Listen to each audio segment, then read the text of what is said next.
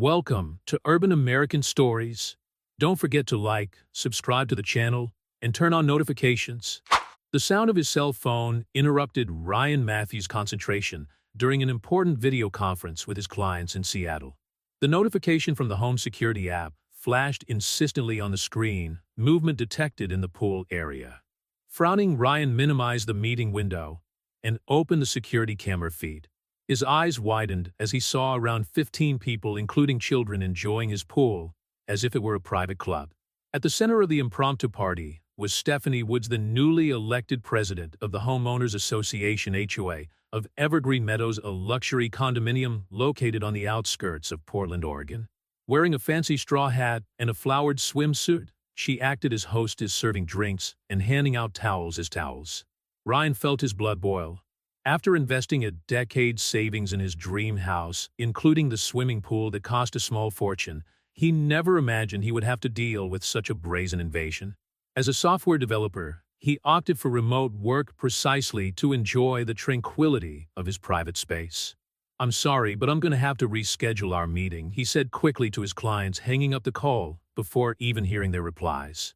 Within minutes, he was in his black Audi, speeding along the 20-minute drive that separated his shared office from home. Along the way, memories of the last 3 months began to make sense.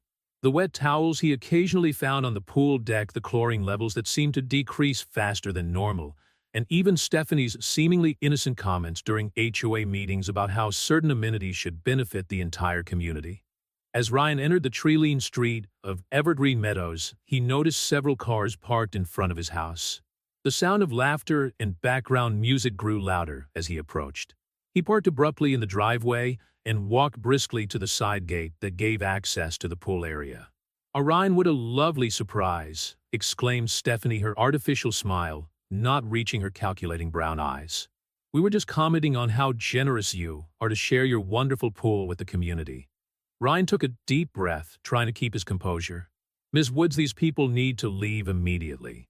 This is private property, and you're trespassing."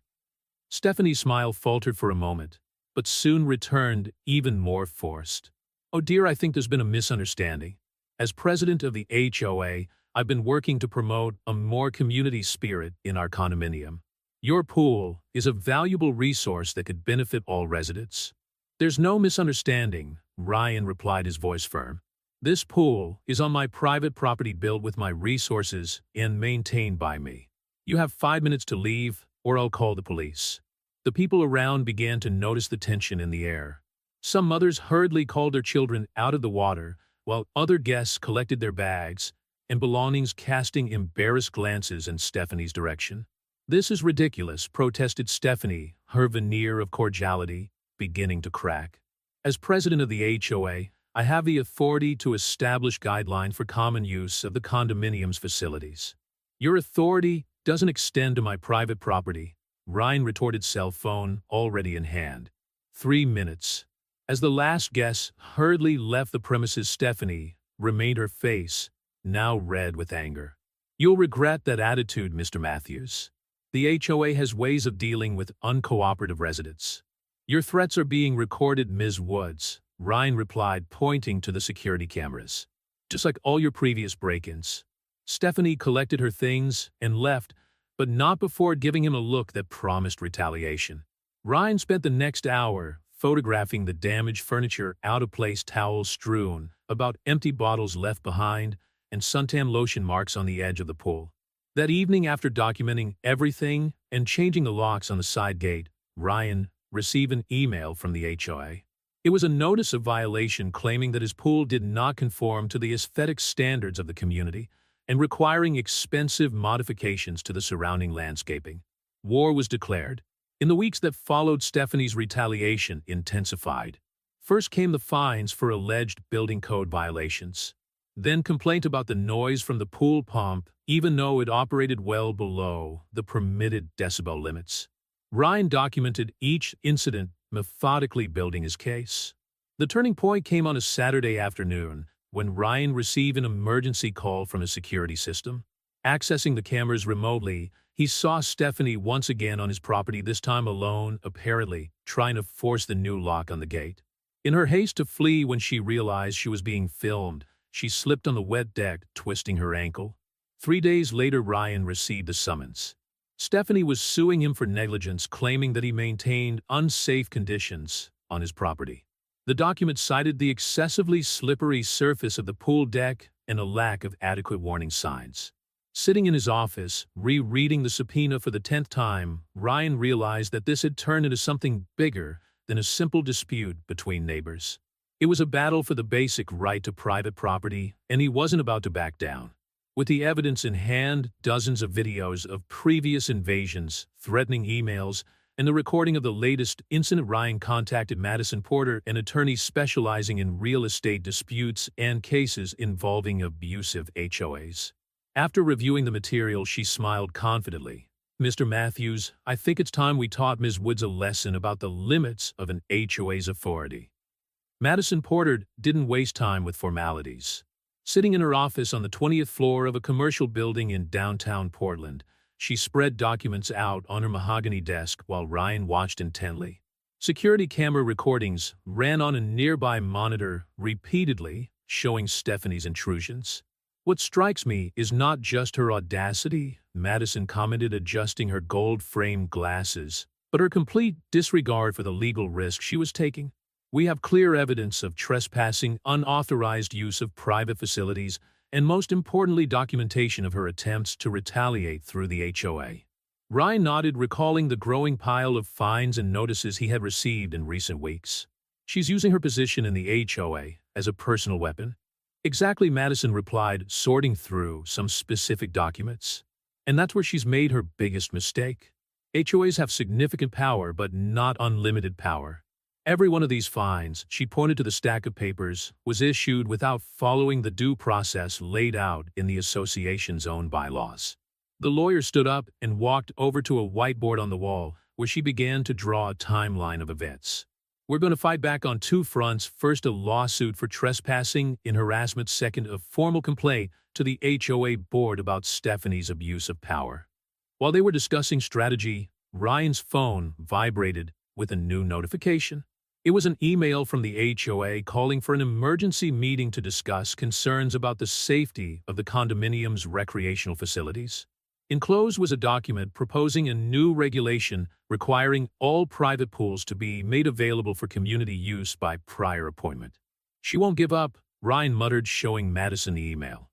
The lawyer smiled, but there was no humor in her eyes. "That's perfect, really. She's digging her own grave. We'll go to the meeting, but first we need to gather some allies." For the next 48 hours, Ryan and Madison worked tirelessly. Through research into HOA records, they discovered that Stephanie had attempted similar actions with other residents in an attempt to force one homeowner to share his tennis court, pressure for another to open his private garden for community tours. Madison also found something even more interesting: irregularities in the last HOA elections that brought Stephanie to the presidency.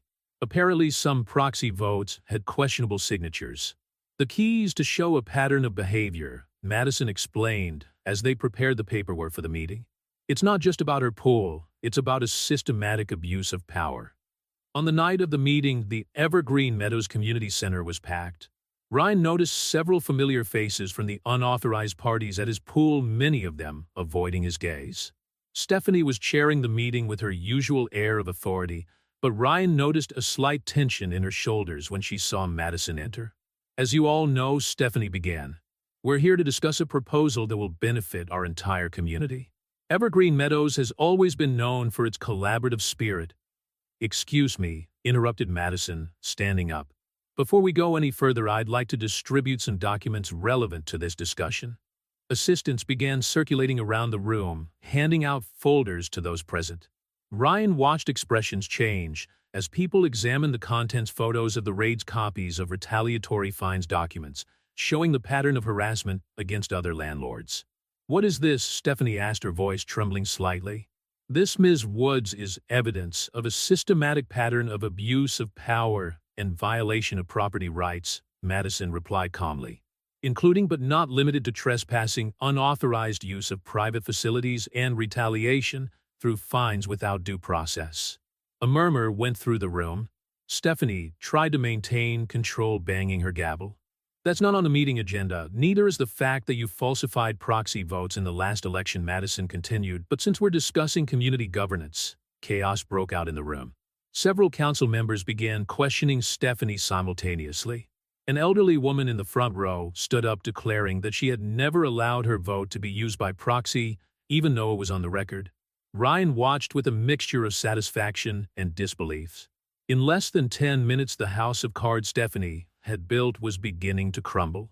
I propose a motion to immediately suspend Ms. Woods from her duties until a full investigation is conducted, declared one of the council members. The motion was quickly seconded and passed, leaving Stephanie in shock. When she tried to protest, Madison intervened again. Ms. Woods, I suggest you carefully consider your next actions.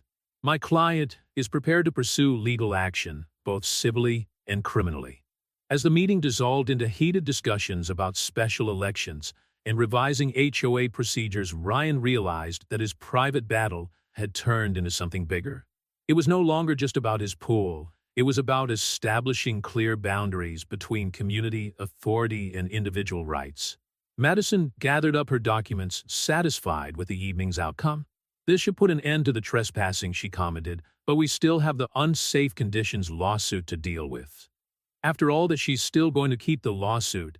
Asked Ryan, incredulous. Oh yes, Madison smiled. And that's exactly what we want. Because now, with all this evidence of bad faith, we're going to turn the defense into a countersuit that will make Ms. Woods wish she'd never heard of HOAs. The news of Stephanie Woods' suspension spread through Evergreen Meadows like fire through dry straw.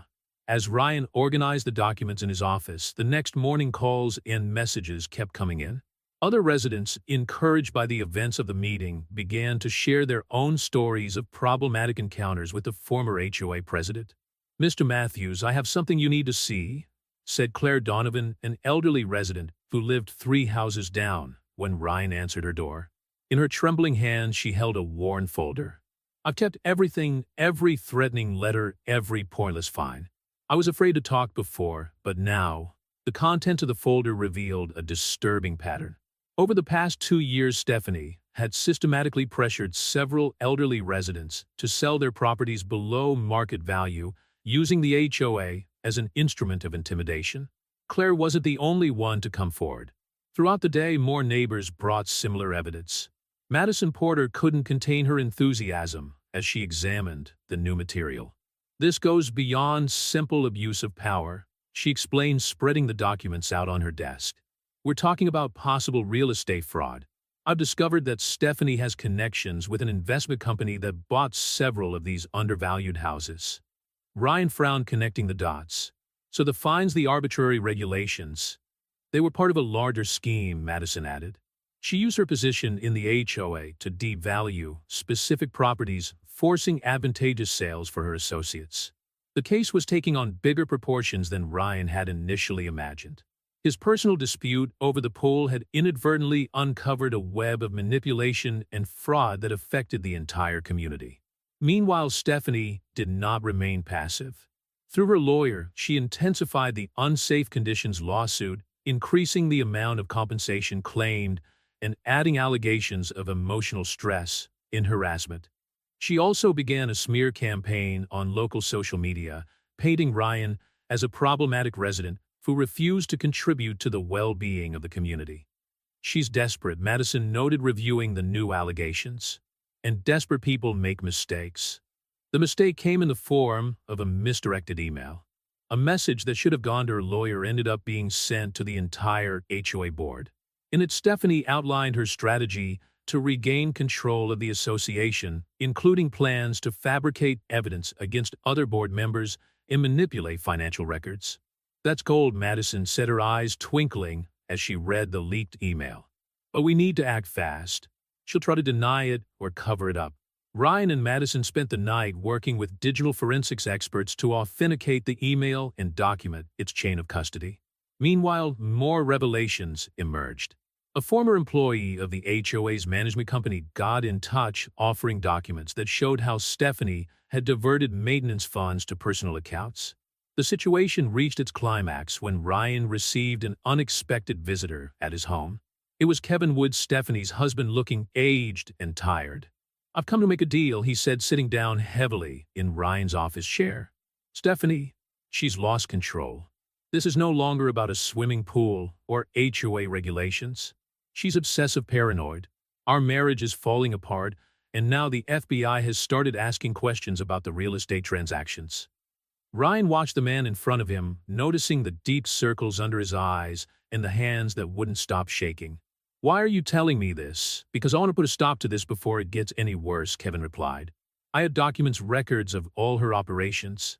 Stephanie doesn't know I've kept copies. If you agree not to press criminal charges, I'll hand over everything. She waives all claims, withdraws the lawsuit, and we leave Evergreen Meadows." Madison, whom Ryan had called immediately after Kevin's arrival, considered the proposal carefully. "The documents first," she said. "Then we can discuss terms." The material provided by Kevin was devastating. In addition to the manipulations at the HOA, it revealed an elaborate real estate speculation scheme that extended to several condominiums in the area. Stephanie had built a network of influence using neighborhood associations as tools to pressure vulnerable homeowners. "That explains a lot," commented Ryan, examining the records. "It wasn't just about power or control. It was a calculated deal from the start." Madison spent the next few days negotiating the terms of a settlement with Stephanie's lawyer. The final resolution was comprehensive. Stephanie would permanently resign from any position in HOAs, withdraw all legal action against Ryan, and sell her home in Evergreen Meadows. In exchange, Ryan would not press criminal charges, although the documents would be held in safe custody as collateral. When the dust began to settle, the Evergreen Meadows community began its own healing process. A new board was elected with clearer rules on transparency and limits of authority. Ryan's case became a reference point for other communities, a reminder of the dangers of unchecked power in neighborhood associations. On a quiet afternoon weeks later, Ryan was finally enjoying his pool when Madison showed up for a final update. "The Woods have put the house up for sale," she informed him, "and the FBI is expanding its investigation to other condos affected by their scheme." Ryan nodded, watching the sun's reflection on the calm water. "You know, when all this started, I thought it was just about defending my property. I never imagined we'd uncover something so big." Madison smiled, taking a seat on one of the sun loungers. "Sometimes the biggest changes start with the least resistance." "Another drink? Why not?" replied Ryan, getting up to prepare the drinks. "After all, now I can really say that this pool is mine." The FBI office in Portland had never seemed so intimidating to Ryan as it did on that Thursday morning. Sitting in an austere conference room next to Madison Porter, he watched Special Agent Diana Rodriguez methodically organize a series of documents on the stainless steel table. "Mr. Matthews, your accidental discovery has opened an investigation we've been trying to build for months," Rodriguez explained, her dark eyes focused on the papers in front of her. "The Stephanie Wood scheme is just the tip of the iceberg. We found connections to a larger network of real estate fraud in 3 states. Madison nodded, not looking surprised. The documents provided by Kevin Woods suggested something along those lines. How much of her operations were connected to the Silverline Group? The name made Ryan straighten up in his chair. Silverline was one of the largest developers in the northwestern United States, known for its luxury developments and aggressive land acquisition practices. "We can't reveal all the details of the investigation," Rodriguez replied, "but I can tell you that Ms. Woods was not operating alone. We need your formal statement, Mr. Matthews. More importantly, we need you to keep this completely confidential for the time being." The implications of the situation were beginning to weigh on Ryan. What had begun as a dispute over his swimming pool had turned into a federal investigation of alarming proportions. As he was processing this information, his phone vibrated, another notification from his home security system. "Someone is trying to break in through the back door," he said, showing the screen to Madison. Agent Rodriguez picked up her phone immediately. "I have a surveillance team positioned on your street. We'll intercept." Minutes later, they received confirmation 2 men had been arrested trying to break into Ryan's house. A quick check revealed connections with the Silverline Group security department. They were after the documents, Madison concluded. Stephanie must have informed her superiors about the material Kevin handed over.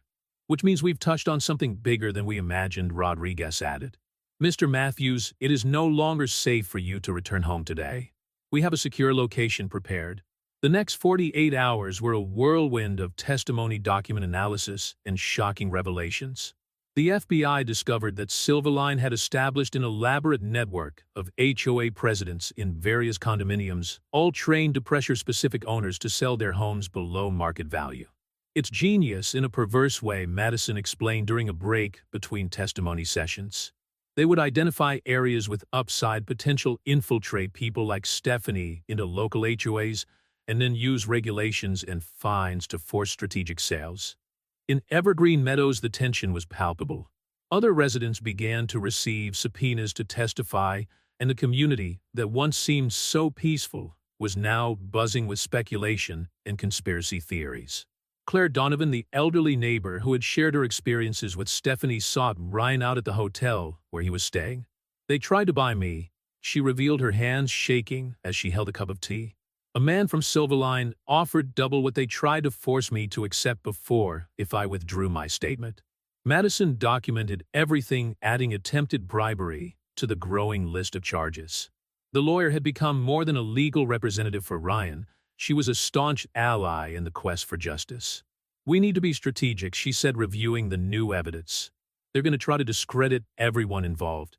They've already started a smear campaign on social media, suggesting that you're manipulating seniors to undermine neighborhood development." Ryan spent hours helping the FBI map out every interaction he had with Stephanie, every unauthorized party at her pool, every unjustified fine. The pattern that emerged was startling. His house had been targeted months before he even moved in, part of a larger plan to create a corridor of Silverline-controlled properties. "Your resistance thwarted their timetable," Rodriguez explained.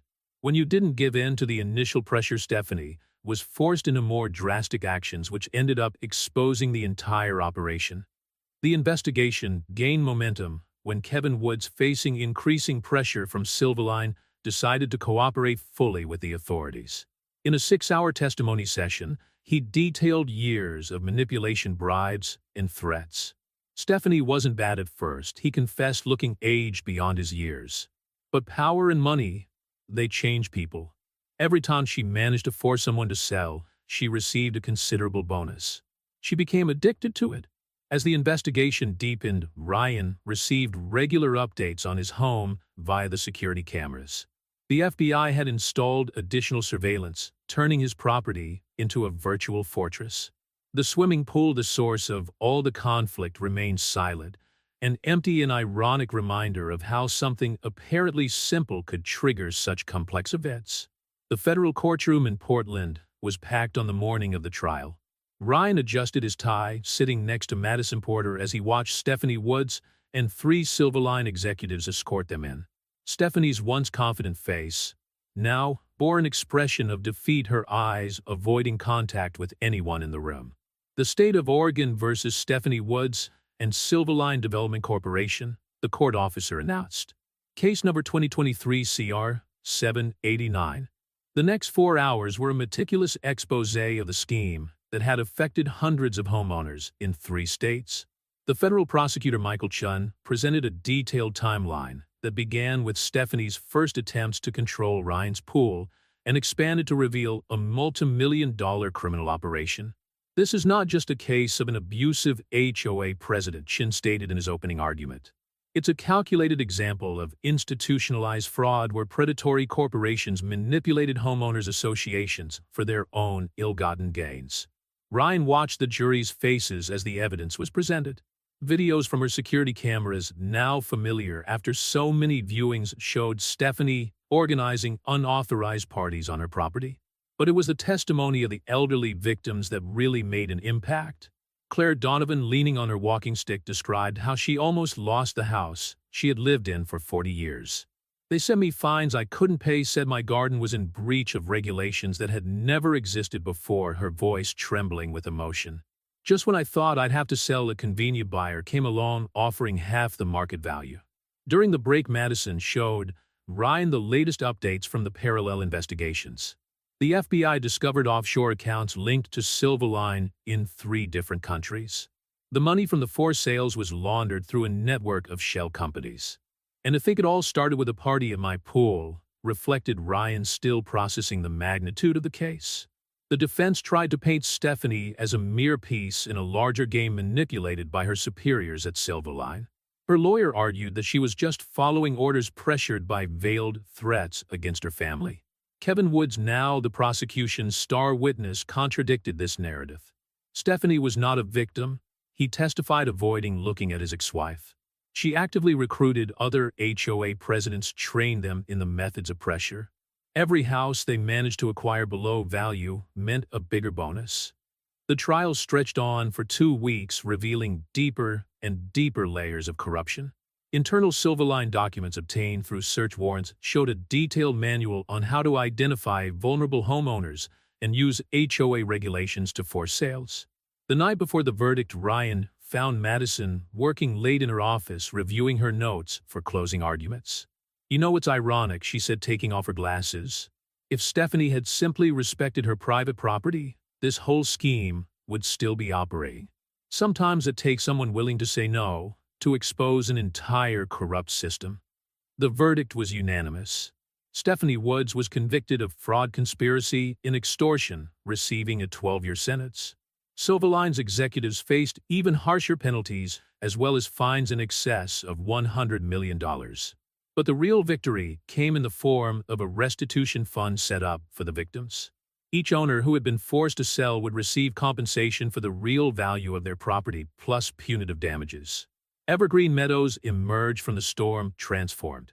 The new HOA board, elected with judicial oversight, implemented transparency measures and clear limitations on power. Ryan was invited to join the advisory board specializing in property rights protections.